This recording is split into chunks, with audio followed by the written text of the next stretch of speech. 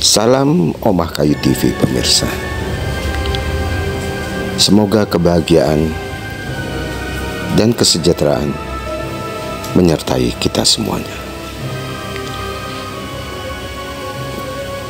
Pemirsa, manusia dari zaman dulu kala sampai hari ini selalu memperebutkan sesuatu. Mereka menganggap ini adalah hakku. Mereka menganggap ini adalah bagianku. Sehingga mereka sudah lupa bahwa bumi ini adalah milik murni, hak Sang Pencipta. Dan manusia hanya menempatinya, menikmatinya, tanpa harus dimiliki.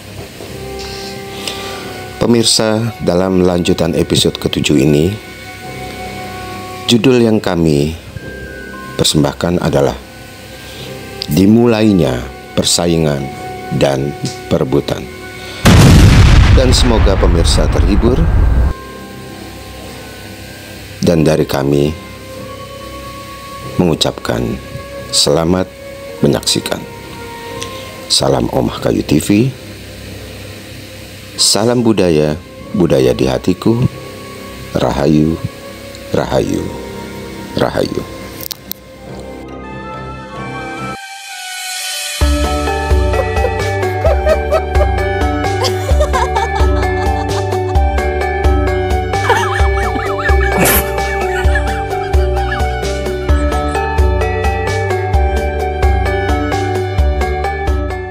Halo pemirsa Omah Kayu TV, masih bersama saya dengan Giman Gentong. Saya Marto Klewer. Masih dalam konten Godak Gaduk Geduk Ngalor Ngidul. Ora peduk. Kembali lagi Ya, dengan Joko Tingkir nganti. tapi ternyata cerita Joko Tingkir itu ternyata panjang ya. Tidak seperti dulu waktu kita SD. Ya itu kan rangkuman dari kisah-kisah itu, mana yang pentingnya aja. Yang setahu saya waktu SD itu Joko Tingkir itu pembunuh buaya dan pembunuh kebo. Itu aja gitu kan. Tapi ternyata itu dari cerita sesungguhnya bukan cuma isapan jempol. Kita itu mengembangkan berdasarkan buku sejarah Dan ada ya. ada, Dan itu bukan misalnya cuma cerita khayal, bukan fiksi. Iya. Bukan fiksi gitu ya. Oke, guys, kalau episode kemarin kan Joko Tingkir sudah menikah nih dengan Ratu Mas Cempoko. Wow. Nah, saat itu kan kondisi kota raja di Demak sedang mempersiapkan perang melawan Pasuruan. Dia mempersiapkan Masukan ya strategi segalanya untuk memudahkan merebut. Dan saat itu Pasuruan. sudah diceritakan juga bahwa untuk berangkat ke sana ada yang lewat darat, ada yang lewat laut. Udara Mahal tiketnya. mahal tiketnya. Karena boleh pakai kapal saja. Nimber. Iya. Jadi ribuan ya yang berangkat. Bayangan kita itu ribuan tentara. Kalau sekarang TNI Angkatan Darat sama TNI Angkatan Laut gitu ya istilahnya. Ya, seperti digabung. itu. Digabung. Nah, telik sandi juga banyak. Wah iya, pasti udah disebar di sana. Disebar. Nah, sebelum keberangkatannya itu Dan dikumpulkanlah orang-orang di situ, anak-anaknya semua. kerabat sedulur. Mereka berkumpul. Kemudian ada Aryo Penangsang juga saat itu. Dia berpamitan juga si Sultan Tenggara bahwa menjadikan akan perang. Terus kemudian si anak tertua Prawoto kasih tanah Sunan nih. Iya. Sunan Prawoto. Sunan Prawoto. Iya. Akhirnya jadi Sunan kan? Iya. Dia kan nggak suka di pemerintahan juga Sunan Prawoto itu. Kemudian dikasih tanah perdikan namanya terus menjadi Prawoto, tapi sebelah mana saya kurang tahu, tapi sudah dikasih tanah daerah itu namanya daerah Prawoto gitu loh. Akhirnya diberi nama. Apakah akhirnya jadi Prawoto? Iya, nanti kita lihat ya. Mungkin dari pemirsa juga komen-komen lah kalau ada fakta-fakta yang lebih yang lain atau yang lain ya, kata-kata pendukung lain ya. Kemudian Prawoto dikasih tanah di daerah Prawoto. Sebenarnya daerah berburunya si Tranggono dikasihkan kepada Prawoto karena itu sudah ada bangunannya. Dia tinggal masuk aja. Berarti udah ada masyarakatnya juga. Sudah ada, tapi belum banyak, tapi sudah ada. Kemudian si adiknya, si siapa namanya, Ratu Kalinyamat, saya lupa suaminya, kalau nggak salah namanya Kadiri gitu ya, Pangeran Kadiri, itu juga mendapatkan kekuasaan di daerah Jeporo, Rembang, daerah sana, itu daerah sana.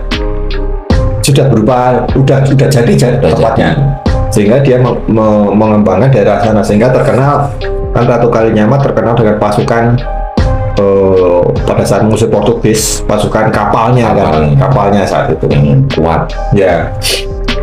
Kemudian masih ada pangeran bukan, adiknya lagi namanya Ratu Mas Sepongko ya.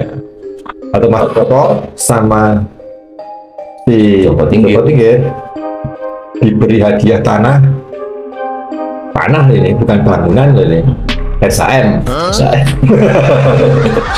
di daerah Pajang ya, di daerah Pajang. Kemudian ada lagi Timur ya, Pangeran Timur itu kayaknya nggak dibagi, tapi dia karena masih kecil, masih timur, makanya disebut Pangeran Timur karena dia masih timur, masih kecil gitu. Dia berada di Demak. Ngurusin Demak Oke, karena kan masih kecil si bayi, jadi belum punya hak di situ. Nah, yang terakhir Arya Penangsang diberi hadiah di Jipang Panolan. Arya Penangsang juga senang itu karena Jipang Panolan itu juga masa kecilnya dia di Jipang Panolan itu dekat dengan Sunan Kudus. Gitu ya. Arya Penangsang berguru dengan Sunan Kudus, terus Joko Tingkir berguru dengan Sunan Kalijogo ya. Itu jadi sudah mulai ada pembagian di situ. Entah kenapa Tranggono itu kok memberikan itu gitu loh, seperti ada firasat apa gitu sebelum perang. Tapi yang lebih menyedihkan dari itu, tentang Joko Tingkir itu belum ada apa-apanya. Kemarin juga nggak diceritain, kosong blok. Saya ngontrak. Akhirnya Joko Tingkir berlomba-lomba membangun tempat itu dengan Arya Penangsang. Berlomba-lomba membangun itu karena dia berangkat sendiri toh. Dia boleh membawa beberapa pasukan tapi nggak begitu banyak gitu loh. Dan dia harus membuat pasukannya sendiri. Jadi semacam kadipaten. Ngantuk aku. Ngrungokne dongeng ya bener. Ngrungokne dongeng itu pengantar tidur. Jadi podcast kita itu bisa didengarkan ke anak-anak ya. Sebetulnya supaya bisa tidur. Tapi anaknya tidur, bapaknya sekarang. Nah, waktunya masih panjang. Nah, itu dia mulai membawa si Joko Tingkir mulai diskus dengan si pemanahan dan penjauh. Nah, pada saat bangun itu itu penjawi dan pemanahan itu sangat berkompeten di situ. Ya. Terus kan bangun tuh nggak cuma sehari 2 hari, atau lama. Begitu lama pun, pasti Joko Tingkir juga belum punya anak. Mungkin nggak setahun lebih ya, bangun tuh mesti ada pendopo, ada ini. Pasti jangka panjang. Dan dia sudah memperkirakan bahwa kadipaten ini sangat besar gitu loh. Tidak pengen menyaingi Demak, enggak loh. Tapi kadipaten ini sangat besar. Ada ringin kembar 2, ya usulnya. Ya itu tadi. Kemudian peran daripada pemanahan sangat tinggi dalam pembangunan itu. Kemudian karena beberapa tahun, 2 tahun mungkin 3 tahun, kok belum punya dengan waktu masih datang. Stop. Iya, tahu bahwa konsultasi pemanahan. Nah, pemanahan itu punya anak, namanya Danang Sutowijoyo. Sekecil itu masih. Dia pengen Danang Sutowijoyo itu sebagai anak angkat, pancingan lagi, seperti dulu di episode berapa itu yang pertama atau kedua itu Joko Tingkir menjadi pancingan untuk Ki Tingkir. Oh iya. Ya, tapi karena Ki Tingkir udah manopos anak gitu. Nah itu Danang Sutowijoyo diangkatlah resmi menjadi anak angkat. Bahkan dibikinkan rumah di situ, kayak pendopo besar juga itu khusus untuk Danang Sutowijoyo. Tetapi ada sumber lain yang mengatakan bahwa kadipaten itu kan nggak punya senjata. Misalnya kalau zaman dulu kalau mendirikan sesuatu kadipaten harus punya simbol. Oh ya, lambang, simbol lambang. Kalau zaman dulu ya kalau nggak keris, kemudian apa namanya, tombak, panah, ya ada namanya sendiri-sendiri itu. Nah, karena saat itu walaupun kadipaten dia harus punya itu, dia nggak punya identitas, ya nggak punya apa-apa, nggak punya itu. Akhirnya dia tahu ini strateginya lagi, strateginya dari si pamanahan, bukan. Joko Tingkir. Jadi bisa, kalau dari awal itu dia punya strategi ya.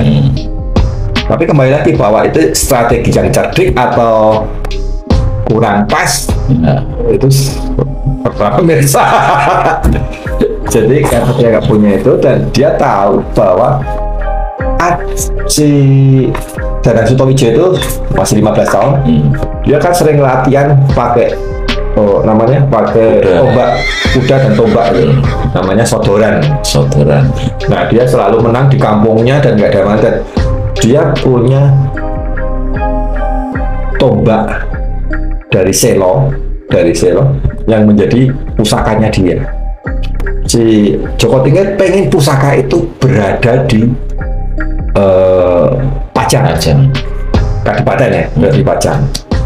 Karena dengan itu mengurangi simbol daripada Pajang yang mempunyai identitas. Ya, identitas.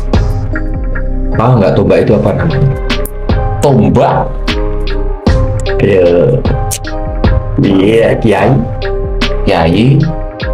Pleret. Itulah tombak Kiai Pleret. Tombak yang untuk menangkap petir itu. Bukan. Tombak yang suatu saat nanti dipakai berperang dengan Demak. Baru dengan Aryo Penangsang. Ya kan di Demak. Jepang. Oh di Jepang. Ya orangnya di Jepang. Paham ya? Tidak kalah dengan ini. Saya ingin tadi Aryo Penangsang. Aryo Penangsang juga mulai bangun di situ. Mulai membangun rajanya dan sebagainya. Dia memakai senjata juga, Aryo Penangsang, berupa keris.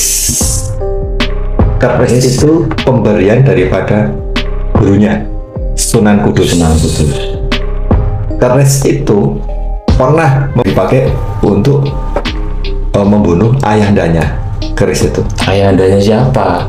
Ayahandanya Arya Penangsang. Oh. Bapaknya Penangsang terbunuh dengan keris itu. Yang bunuh adalah Prawoto.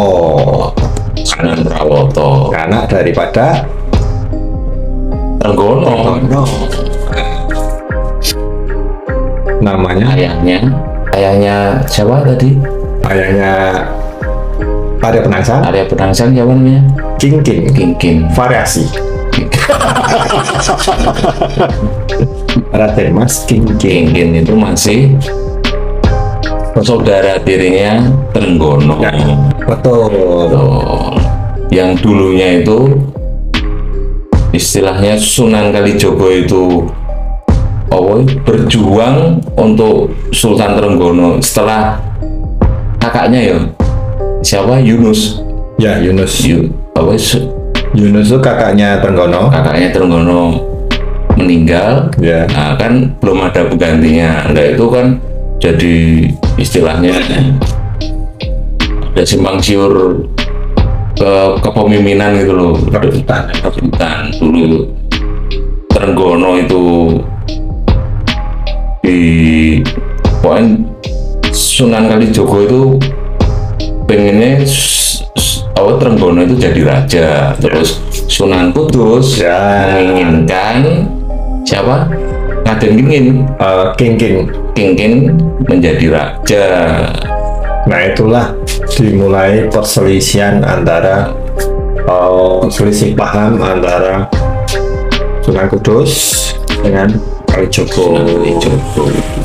Sementara Kingkin itu beda ibu. Ya, betul ya. Iya. Beda ibu dengan Trenggono, tapi satu bapak. Menurut Sunan Kudus secara Islam itu, secara Muslim ya, secara Muslim itu ya benihnya tetap dia itu calon raja, soalnya entah siapa perempuannya ya. Siapa, walaupun bukan permaisuri tapi dia adalah anaknya Raden Patah. Ya, benihnya itu ya. Soalnya istrinya kan 3 Raden Patah dulu. Ya, jadi lanjut. Raden Kingkin, bapaknya Arya Penangsang, dibunuh Prawoto pada saat setelah sholat Jumat di pinggir kali. Maka Raden Kingkin, bapaknya Arya Penangsang itu, pernah dengar nggak? Ini sering disebut Sultan Girkali. Sedo nang Lepen. Pangeran Sedo nang Lepen. Saya dengar itu. Nah itu Kingkin itu Pangeran Sedo nang Lepen, ponang Lepen. Gitu. Oke ya. Jadi kenapa ini cukup beralasan? Kenapa Arya Penangsang itu tidak suka dengan Trenggono? Menjadi alasan seperti itu. Pertama ada campur tangan daripada Sunan Kudus. Iyalah yang ngompori. Kalau dia nggak ngompori, kemungkinan kerisnya itu tidak dikasih tahu sama iki loh, sing bunuh bapakmu kerisnya pakai ini, sing bunuh Prawoto kan dari Sunan Kudus yang ngasih tahu, karena menginginkan Demak itu harus di keturunannya ya setelah Trenggono harus Arya Penangsang. Jadi berdua itu mulailah adu kemewahan daripada tempat. Nah, tadi belum saya katakan keris apa yang dipakai itu namanya belum. Ya. Namanya setan kober. Keris setan kober itu. Ya, itu. Yang melegenda, yang sampai maksudnya itu sering dibikin buku-buku cerita ya. Sering dibikin buku cerita itu banyak novel dengar itulah. Ya. Ternyata itu kerisnya Arya Penangsang. Ya. Bahkan kudanya pun masih melegenda, namanya kudanya sampai hari ini. Sering dipakai untuk cerita-cerita novel dan sebagainya, atau sering dipakai oleh nama-nama kuda ya sekarang yang punya kuda itu. Yeah. Kudanya namanya Gagak Rimang. kuda yang gagah gitu. Adi Aryo Penaso itu memang ganteng gagah gitu, tapi di situ nggak tertulis bojone sopo, nggak tertulis di situ. Makanya dia benci sekali dengan itu. Itulah mungkin awal mula kehancuran daripada Aryo Penangsang. Nanti di episode selanjutnya itu seperti itu. Jadinya ini sudah punya tempat. Di sini juga apa namanya? Kita jadi tahu bahwa yang di atas sana yang punya kerajaan itu saling berebut, ya kan? Dia enggak di dalam kerajaan sendiri. Kerajaan itu ternyata ya berebut gitu. Ya politik seperti negeri kita itu juga berebutan kan ya. Negara kita negara mana? Konoha. Siapa yang mau jadi pemimpin kan jadi rebutan juga. Mungkin. Tapi kalau dulu lebih simpel ya, artinya ya bunuh. Nah sekarang kan ada hukum ya. Jadi, sosmed. Dan itu ternyata juga rebutan ini seluruh dewe. Nah itu loh. Masih terah gitu. Ya tak dari Majapahit. Kemudian Brawijaya sama anaknya Raden Patah perang kok. Majapahit hancur, sing ngancurkan anaknya Raden Patah. Nah Dewi ya sampai sekarang dulur ya podo gelut ya. Iya tuh warisan. Tidak beda itu emang beda tahun beda waktu tapi sifatnya itu sama. Sifat manusia serakah itu pasti ada. Ya itulah keinginan itu sumber bencana ya. Kata-kata hari ini keinginan itu sumber bencana. Di pemirsa di Kota Kado ini mungkin pemirsa jadi tahu ya, kalau pemirsa di hari ini tuh sering mendengar, sering melihat berita tentang saudara aja sampai tawur, saudara sampai ribut. Ternyata emang zaman dulu pun seperti itu, tapi itu tidak untuk ditiru. Ya, ingat cerita seorang ibu yang digugat sama anaknya sendiri ya di berita itu. Ya ada lah. Ya itu juga ada terjadi di waktu Majapahit si perang dengan anaknya sendiri itu. Nah, jadi itu cerita yang selalu berulang, tapi jangan ditiru. Yang baik bisa diambil hikmahnya, yang jelek dibuang. Ya. Betul banget.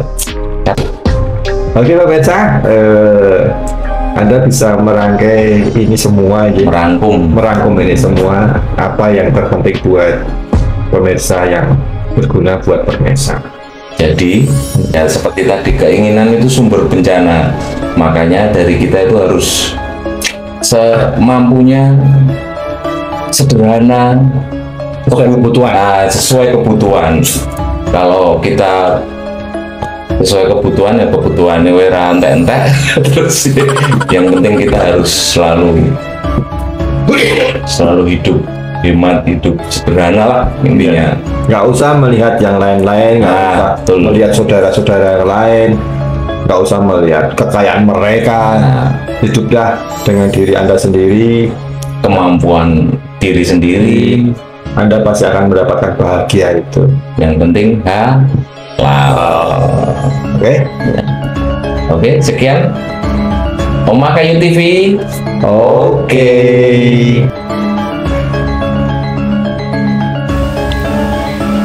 Hidup dipengaruhi oleh kebutuhan dan keinginan,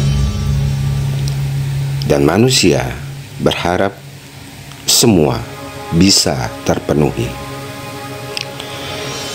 Keinginan dan kebutuhan haruslah diimbangi dengan kesanggupan. Utamakanlah kebutuhan dan bukan keinginan.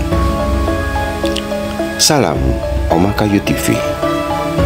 Salam budaya, budaya di hatiku. Rahayu, rahayu, rahayu.